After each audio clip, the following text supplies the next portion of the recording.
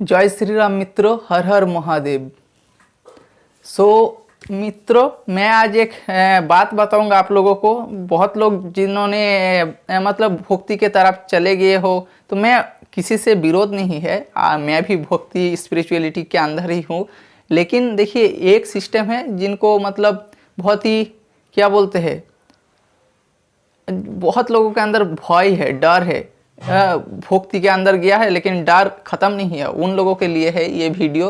तो आप लोग बच्चे को देखिए, बच्चे को छोटे से कुछ मतलब ऐसा कुछ नहीं सिखा दो कि सभी भक्ति में चलेगा, मंत्र पढ़ो तो सब कुछ होगा। सब कुछ नहीं होगा, मंत्र से सब कुछ नहीं होता है भाई। ये जो मंत्र वगैरह है, ये देखिए आप लोग जो मतलब मैं धर्म के बारे में बता रहा हूँ, ठीक है। धर्म, लोगों को लगता है धर्म मतलब एक सर्टेन मतलब मंत्र होता है, उसी मंत्र को पढ़ूंगा तो मेरे अंदर धर्म हो जाएगा, मेरे अंदर भगवान मेरे को कृपा करे। नहीं भाई, मुझे ना मंत्र आता है, ना ये जो मैं यहाँ पे गीता पकड़ कर रखा हूँ, श्रीमद् भगवद गीता, ठीक है। तो इनका जो श्लोक है, इन श्लोक को मुझे पढ़ना नहीं आता है।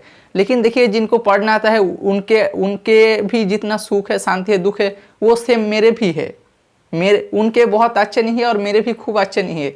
ये एक बैलेंस में चलता है, ठीक है। लेकिन हाँ, कर्म में 100% आपको रिजल्ट मिलेगा। अगर आप बुरा कर्म करते हो तो बुरा रिजल्ट आपको मिलेगा एक दिन ना एक दिन, ठीक है। तो अच्छा कर्म करोगे तो अच्छा रिजल्ट आपको मिलेगा। यही है कर्म, मेरा मेन टारगेट है कर्म। लेकिन हाँ, मैं जहाँ पर था कि जो भक्ति वेदांत में जाता है, तो उन लोगों को मैंने देखा हूँ, जब मैं श्रीमद् भगवद गीता और महाभारत के मतलब इस चीज़ को मैं बताता हूँ, लोग बोलता है नहीं है, सब भक्ति करो, मंत्र पढ़ो, आप तुलसी मंच में जल ढालो तो आपका सब पूर्ण नहीं होगा। मैं यही बता रहा हूँ, नहीं होगा, आपका कुछ नहीं होगा, आपका पतन निश्चित है। अगर आप लोग सिर्फ मंत्र पढ़ने से सोचते हो भगवान कोई आएगा, मतलब आप लोग भगवान किसको मानते हो मुझे पता नहीं, मतलब भगवान किस चीज, जो भगवान वर्ड है इसको क्या आप लोग समझ लेते हो मुझे पता नहीं है। कि कोई अद्भुत शक्ति आएगा, कोई लाइट आएगा, लाइट आके सबको मतलब जितने सारे अधार्मिक व्यक्ति है उनको मार दिया चलेगा, ठीक है। लाइट उनके ऊपर आएगा, जैसे हमारे जो थंडरस्टॉर्म होते हैं ना, आकाश से गिरता है, किसी के ऊपर गिरा तो वो खत्म हो जाएगा। तो उसी तरह से आप लोग अगर सोचते हो कि हम भगवान के पूजा करता हूँ, रोज शिव महादेव के सिर पे पानी डालता हूँ, दूध चढ़ाता हूँ, महादेव आके मुझे बचा लेगा एक दिन। कोई अधर्मी मुझे आया मेरा गला काटने के लिए और महादेव आ गया मेरे सामने खड़ा हो गए, मुझे बचा लिया और अधर्मी को मार दिया, ऐसा नहीं होता है। आपको महादेव का कॉन्सेप्ट समझ में आना चाहिए। जो महादेव को क्रिएशन है, इसको किस लिए क्रिएट किया गया है, ठीक है। ये जो महादेव का आविर्भाव हुआ है हमारी धरती में, इस आविर्भाव क्यों हुआ है, उसका स्वरूप क्या है, उस स्वरूप को आपको पहचानना चाहिए। किसी मंत्र से नहीं आता है। देखिए, मुझे भी वो जो मंत्र है महामंत्र जब, वो भी मुझे आता है, शिव महादेव के बारे में है। ओम त्र्यंबकम यजामहे सुगंधिम पुष्टि वर्धनम उर्वारुकमिव बंधनन मृत्युर्मुक्षि यमामृतात्। देखिए, इन जो संस्कृत मंत्र है, इनको अब ठीक से जब आप बहुत कुछ जान लोगे ना, उसके बाद आप जब मंत्रों को यूज करोगे तब आपके अंदर एक अलग फीलिंग्स होगा। वो मैं नहीं बता रहा हूँ, वो होगा ही होगा। जब आप बहुत कुछ सीख जाओगे, उसके बाद अगर आप मंत्रों पाठ करना शुरू कर दोगे तो आपको एक अलग फीलिंग्स आएगा, आपको एक अलग आनंद महसूस होगा, सुख महसूस होगा। मुझे भी ये पता है, ठीक है। मुझे भी जब मैं मंत्र को मतलब सीखने की कोशिश करता हूँ तब मुझे ये सब महसूस होता है। मैं ये इसको नहीं बता रहा हूँ, लेकिन इस मंत्रों से मुझे कोई बचा नहीं सकता है, ठीक है। ये जो हमारे धर्म का कॉन्सेप्ट है, धर्म का कॉन्सेप्ट बहुत बाद मतलब धर्म के जो हमारे पूजा पद्धति, रीति रिचुअल्स, ये बहुत बाद में आया है। उसके आगे हमारे धर्म को समझना चाहिए, क्या है धर्म। आपका ड्यूटी है, आपका ड्यूटी क्या है, इस सृष्टि को बचाए रखने के लिए जो आपको करना पड़ेगा वो आपको करना पड़ेगा, ठीक है। ऐसा नहीं है आप सृष्टि को बचाने के लिए दूसरा कोई आ जाएगा, आपको ही बचाना पड़ेगा, वरना आप सृष्टि के विरूप चले जाओगे, ठीक है। आप सृष्टि को बचाने के लिए कोई मंत्र से काम नहीं होगा, तो आपको भले में हाँ। लेकिन मैं जो दूसरा बात बता रहा था, तो ये जो मतलब हाँ, जो भक्ति वेदांत के लोग होते हैं, उन्होंने बोला है कि देखो, श्री कृष्ण ने बताया श्रीमद् भगवद गीता में, जे जो भी कोई है, पापी है, पुण्यार्थी है, आदमी है, पुरुष है, औरत है, पाप जोनी से जन्म लिया है, कोई भी है, अगर मेरे शरणागत हो जाते हैं तो मैं उनको मुक्ति दिलाता हूँ, उनको बचा लेता हूँ, उनको सब कुछ सुख देता हूँ। ठीक है, इसी चीज़ को लेके उन लोगों ने मतलब व्याख्या देते हैं, लेकिन उन लोगों को ये समझ में नहीं आता है श्री कृष्ण ने अपने शरणागत आने के लिए क्या बोला है। ये नहीं कि आप उनके शरणागत आके कर्म को छोड़ दो, मतलब आपको अगर वॉरियर क्लास के हो तो आप युद्ध ही छोड़ दो, जाके श्री कृष्ण के मूर्ति के सामने, डेटीज के सामने मंत्र पढ़ने शुरू कर दो। नहीं, इस चीज़ को नहीं बोला है। अगर यही चीज़ श्रीमद् भगवत, ये जो मैं कोटेशन बोल रहा हूँ, ये मतलब मैं श्री चैतन्य चरितामृत पढ़ रहा था तब वहाँ पे लिखा था। ठीक है, वो श्रीमद् भगवत गीता के 9वां अध्याय 32 श्लोक में है, शायद मुझे देख लेने दो वो किन में है। हाँ, 9वां अध्याय के 32 श्लोक में ही है। तो मुझे ये ठीक से प्रोनाउंसिएशन नहीं होगा तो मैं नहीं उस श्लोक को प्रोनाउंस करूँगा, लेकिन उनका जो भाष्य है ये मैं बता दूंगा।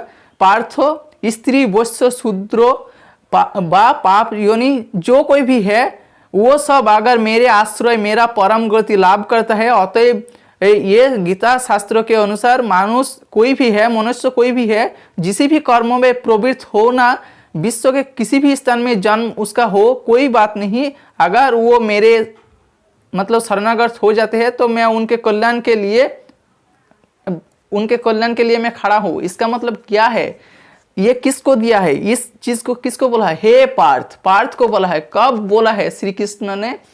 जब वो कुरुक्षेत्र माठ में था, रणभूमि में था, जब युद्ध कर रहे थे अधर्मियों के साथ, तब इनको बोला था। ठीक है, देखिए श्री कृष्ण उस टाइम भी था अर्जुन के साथ, लेकिन श्री कृष्ण ने मंत्र पढ़ने के लिए नहीं बोला था अर्जुन को, या तो अर्जुन को नहीं बोला था आप युद्ध छोड़ दीजिए, मैं युद्ध कर लूँगा, आप सिर्फ मेरे शरणागत में आ जाइए, आप सिर्फ मेरा नाम जपिए, सिर्फ श्री कृष्ण हरे राम मंत्र पढ़िए तो आपको सब कुछ मतलब मैं बचा लूँगा। ये नहीं बोला था श्री कृष्ण जी ने। श्री कृष्ण परम जोगेश्वर परमात्मा श्री कृष्ण ने बोला था कि मेरे शरणागत हो, मतलब मेरे शरणागत होने से आपको क्या होगा, मैं जो बताऊंगा वो आप करोगे। आपके मन को पूरी छोड़ दीजिए, आपके अंदर आपके जो दिमाग में जो थिंकिंग आ रहा है उनको छोड़ दीजिए, जो मैं बताऊंगा उसी को आपको करना है। इसीलिए अर्जुन को बोला था मेरे शरणागत हो और मैंने जो बात बोला हूँ उसी बात को फॉलो करिए, तभी आपको मुक्ति मिलेगा, आपका कल्याण होगा, इस समाज का कल्याण होगा। ठीक है, ये नहीं, मैंने बार बार यही बोल रहा हूँ, श्री कृष्ण ने कभी भी नहीं बोला है मेरा नाम जपो हरे कृष्ण हरे राम करने से मैं इस कुरुक्षेत्र से आपको बचा लूंगा। धर्म जितने लोग धर्म के रास्ते पे है, मतलब जिनको शांति चाहिए, इन लोगों को मैं बचा लूंगा, शांति दे दूंगा, ऐसा नहीं कभी कहा था और नहीं किया था। ये जो कहा था नहीं कहा था ये तो बाद में आएगा। ये जो हम महाभारत में देखते थे, श्री कृष्ण स्वयं था, श्री कृष्ण ने जब कुरुक्षेत्र में था उन्होंने तो अस्त्र भी नहीं उठाया था, वो दूसरों से अस्त्र उठाता था। अर्जुन को बोलता था उठाओ अस्त्र, और आपके जो अधर्मी है कोई भी हो, आपका भाई हो, बहन हो, आपका पितामह हो, आपका गुरु द्रोण हो, कोई भी हो, वो कोई भी आपका नहीं है, वो अधर्म के पथ में है, उनको खत्म करना ही असल मकसद है। उसी आपका ड्यूटी है, उसी के लिए आपको चुना गया है इस धरती में। ठीक है, आपको मंत्र पढ़ने से कुछ नहीं होता है, सिर्फ श्री कृष्ण के बातों को याद रखना है। श्री कृष्ण जिस कर्म को करने बोला है उसी को याद रखना है।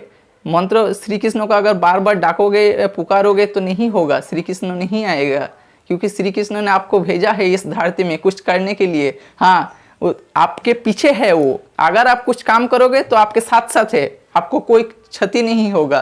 क्षति किसका होगा? इस शरीर को होगा, आपके आत्मा को नहीं है। श्री कृष्ण किसको बचाएगा? आपके आत्मा को बचाएगा। ठीक है, ये जो डीप स्पिरिचुअल लाइफ में चले जाते हैं, जिनको मैं बहुत ही कट्टर धार्मिक बोलता हूँ, तो मतलब जिनको मतलब कर्म से नहीं लेना है, उनको सिर्फ मतलब भक्ति से लेना है, उन्हीं लोग बोलता है कि आपको इस शरीर से कुछ लेना देना है, आत्मा से लेना देना है।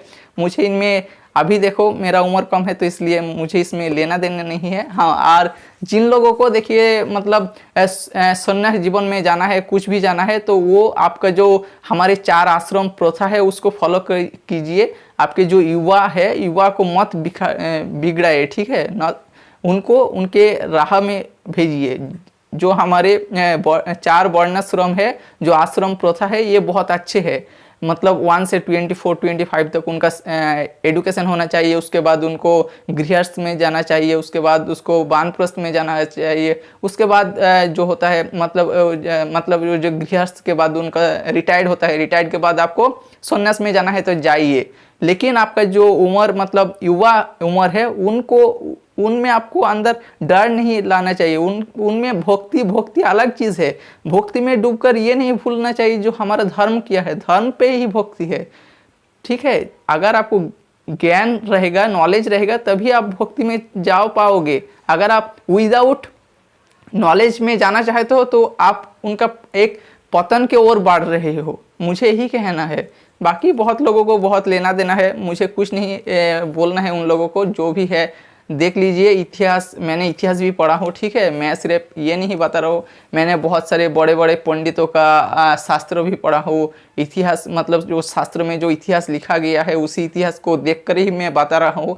जो हमारे सिस्टम में चल रहा है, समाज में चल रहा है, उसी को मैं आप लोगों को बता रहा हूँ जो किस तरह से चल रहा है। आप लोग भी देख सकते हो। किसी भी, अगर आप एक पागल कुत्ते के सामने मंत्र पढ़ोगे तो पागल कुत्ता आपको नहीं काटेगा, ये गारंटी नहीं है, वो पागल कुत्ता आपको काटेगा। लेकिन अगर आपके पास एक शस्त्र रहेगा, अगर उस शस्त्र से उस पागल कुत्ता को मारोगे तो वो पागल कुत्ता से आप काटने से बच जाओगे, ठीक है। यही है असल परम ज्ञान, यही है धर्म, कि पागल कुत्ता को पहचानो। पागल कुत्ते के सामने मंत्र पढ़ने से कुछ नहीं होता है, पागल कुत्ते को सिर्फ अस्त्र से लेना देना है, ठीक है। वही आपका धर्म है। अगर आप पागल कुत्ते के सामने मंत्र पढ़ने जाओगे तो आपको काट देगा, और उस पागल कुत्ते का जो रेबीज वायरस है आपके अंदर आ जाएगा और आपको जलातंक बीमारी से भुगतना पड़ेगा। ये समाज का नियम है, ये आपके धर्म ने ही बताया, ये आपके श्री कृष्ण ने ही बताया, ठीक है। तो यही तक था।